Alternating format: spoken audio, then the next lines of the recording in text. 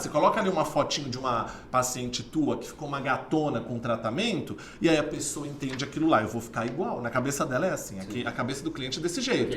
E aí terminou. Aí ela leva, né? No Pequenas Causas. Eu não fiquei assim, não. Claro, aquela é Sabrina Sato. Eu falo para as pessoas, seria só se fosse gerado na barriga da dona Kika, que é a mãe da Sabrina, que não é a sua mãe. Né? Então a gente tem que tomar cuidado porque isso é preocupante. Agora, o que eu gosto? Que a gente fica com conforto? Trabalhar com desconto. Então você menciona, né? Tá, exatamente, a condição diferenciada, você menciona o desconto quanto? Só aqui, cara a cara. Só aqui na avaliação. Exato. Aí a gente não se compromete. Então a maioria, elas estimulam a banalização da promoção, que faz com que a gente incentive as pessoas realmente a não fazerem também. E uma coisa que você comentou, a gente está no início da conversa. Você só falou de anamnese. Só desse ponto, pequeno detalhezinho que você falou de anamnese, o que tem de gente que erra a precificação, o que tem de gente que avalia de maneira errada, é assim, é absurdo, gente. É o básico, do início, de você ter a pessoa na tua frente, de você puxar ela, de você estar com ela, de você fazer uma análise correta, para aí sim você ver o que você pode oferecer, né? Então, e as pessoas erram muito nesse quesito, muito mesmo. A precificação heterogênea é o mais ilógico que existe, né? Totalmente cabalístico. Totalmente lógico. E não avalia o custo básico. Não, a tua água nunca vai ser igual a do vizinho. Sim. Começa por aí, né? Sim. Agora, tem gente que não sabe, que, por exemplo, primeiro não sabe a diferença de preço e de valorização, né? O preço é aquele númerozinho final, gente, que a gente passa o cartão. Valorização está totalmente embutido com a nossa lucratividade, com o nosso tempo de estudo, com o nosso tipo de público, com a nossa dedicação de vida e também com os nossos riscos. Sim. Eu aprendi com uma pessoa, o Felipe conhece, há muito tempo e abriu o meu horizonte, a professora Silvana Simão, que é mestre em peeling. Sim. A Silvana fala assim, Felipe, o aluno precisa entender e o profissional precisa entender que até mesmo a possível intercorrência que todos nós estamos suscetíveis a acontecer, ela precisa estar calculada na precificação. Porque por mais que seja a nossa obrigação dar aquele apoio à pessoa, porque aconteceu ali no nosso espaço, nós não somos uma ONG. Então a gente também é treinado para corrigir e essa correção tem gasto. Sim. Vem na precificação. Exatamente, isso daí é um retrabalho. Eu odeio retrabalho. Eu odeio retrabalho. Refugo e retrabalho. Na produção, processo produtivo, acontece muito isso daí. O refugo e o retrabalho. O retrabalho o que é? Você monta uma peça, só que a peça não está de acordo com as normas, com a exigência técnica dela. Então você vai ter que retrabalhar a peça para se adequar. O refugo é quando você mata a peça. Quando a peça ela não está mais lá. E todos os engenheiros têm cálculo em cima disso. E o que você falou é bem interessante, porque você tem que estar dentro ali da sua margem do que você está trabalhando, você tem que saber que pode ter retrabalho. Você tem que saber que você pode ter uma intercorrência onde você faz uma pré-aplicação. E tudo gera custo e tempo, principalmente. Uma coisa que as pessoas têm que entender que a única coisa que você não consegue controlar é o tempo. Todo mundo tem os mesmos 24 horas. As pessoas que se diferenciam são as pessoas que elas conseguem gerir melhor o tempo. Gestão do tempo é uma das premissas para a gente conseguir ter uma boa gestão. Porque as pessoas acabam dizendo, não, mas minha agenda tá bombando, tá legal. Só que, Felipe, ó, você fala que eu tenho que organizar e tá caindo dinheiro na minha conta. E outra, eu não vou ter tempo para poder alimentar minha mídia social, para ver meu fluxo de caixa, para poder fazer minha publicidade, etc, etc. Porque eu dou a prioridade na minha agenda. Eu falo, gente, isso é gestão do tempo.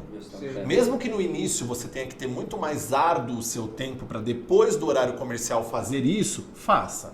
Porque não dá para se manter, porque senão fica aquela situação da venda coletiva, do boom da venda coletiva no passado, no começo dos anos 2000, que engrandeceu a cabeça de um monte de gente que não percebeu, né? Que era baseado num esgotamento, que era baseado num grande fluxo de entrada para poder ter um equilíbrio que seria real com menos esforço, diminuiu a qualidade e nem os espaços existem mais. Acabou. Acabou. Foi autolimitado. Foi.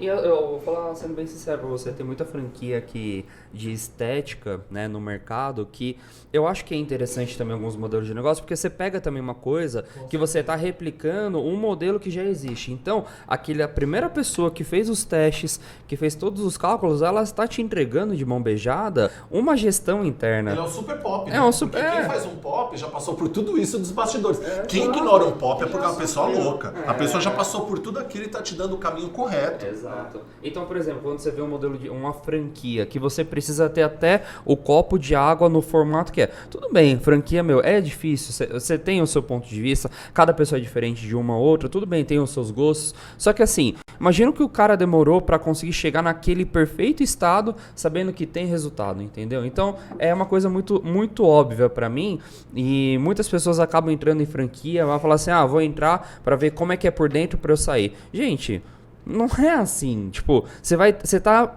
caminhando pra um caminho totalmente inverso. Você tá vendo uma situação que, o cara se matou de fazer esse modelo padrão que deu certo, que tá dando certo. É só replicar. É só replicar e a pessoa consegue sair e querer abrir um negócio dela e nunca dá certo, velho. E outra, deu tão certo que ele precisa amarrar todos esses fatores muito bem amarrados para não destruir o histórico dele, né? Porque a pessoa vai ser ele multiplicado em outro lugar. Então ele também precisa ter a garantia de que o eu dele multiplicado não vai ser destruído, né? Por isso que a pessoa também pode sentar e dançar, né? Com certeza. Qual que é uma das clínicas que você já pegou? Qual que foi a mais difícil, assim, pra você, de todas essas que você prestou consultoria? Qual que você falou assim, puta, isso daqui vai ser muito desafio pra mim. Eu tenho certeza que aqui eu vou perder mais tempo do meu trabalho, mas eu tenho certeza que vai dar certo. Qual que você chegou a se identificar, assim, que deu muito trabalho pra você e por que deu muito trabalho? São dois perfis que geralmente me dão mais trabalho. Um é o profissional que ele, por conta própria, por gosto particular, ele se autodetermina especialista de uma área. Não é uma questão de certificação. Então ele fala assim, eu sou o rei da face. E coloca na placa o rei da face. Mas eu pergunto, quem disse que você é? A agenda tá vazia, tá mirrando o negócio, a pessoa tá dizendo. Aí você começa a pegar ali os bastidores. Preguiça de fazer corpo, sabe aquelas coisas? É o que é mais tranquilo pra ele. E eu falo, quem tem que te empossar essa coroa é o público durante um tempo e ainda assim depois que ele entendeu que você é completo, pra que você tenha aquele destaque especial naquela área e aí vem a galera pra tudo, mas ali ele é o cara da face, é o cara da face. Mas não, faz o caminho reverso por uma predisposição de gosto particular. E é difícil você tirar isso porque as pessoas elas são cômodas e não entendem que de repente o espaço dela, ela não vai atender tudo, mas ela tem que ter um parceiro lá dentro. Porque o público da atualidade, que eu pesquiso constantemente, pesquisa de análise do consumidor da estética, uma das características atuais, eles não querem mais ir em vários lugares para fazer o tratamento de estética.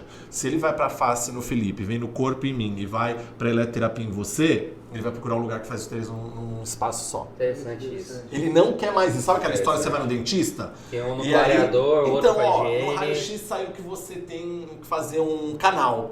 Eu vou te mandar para um especialista. Eu, Felipe, já fiz isso para minha dentista. Ela fica brava comigo até hoje. Falei, você faltou na aula de canal? Aí ela... Falei, você aprendeu canal na faculdade? Aprendi. Você não quer o meu dinheiro? Aí ela ficou sem graça. Não, mas tem especialista. Eu falei, não, pra minha cabeça de consultor não existe isso. Não existe. Sabe por quê? Você tá me mandando pra boca do leão. Se o leão for melhor que você, até mesmo na hospitalidade, quando me recebe na porta, você perdeu e eu não volto mais. Porque se ele me mostrar que faz tudo, que é o canal e o que você faz, pra mim é prático. Esse é o consumidor da nova era.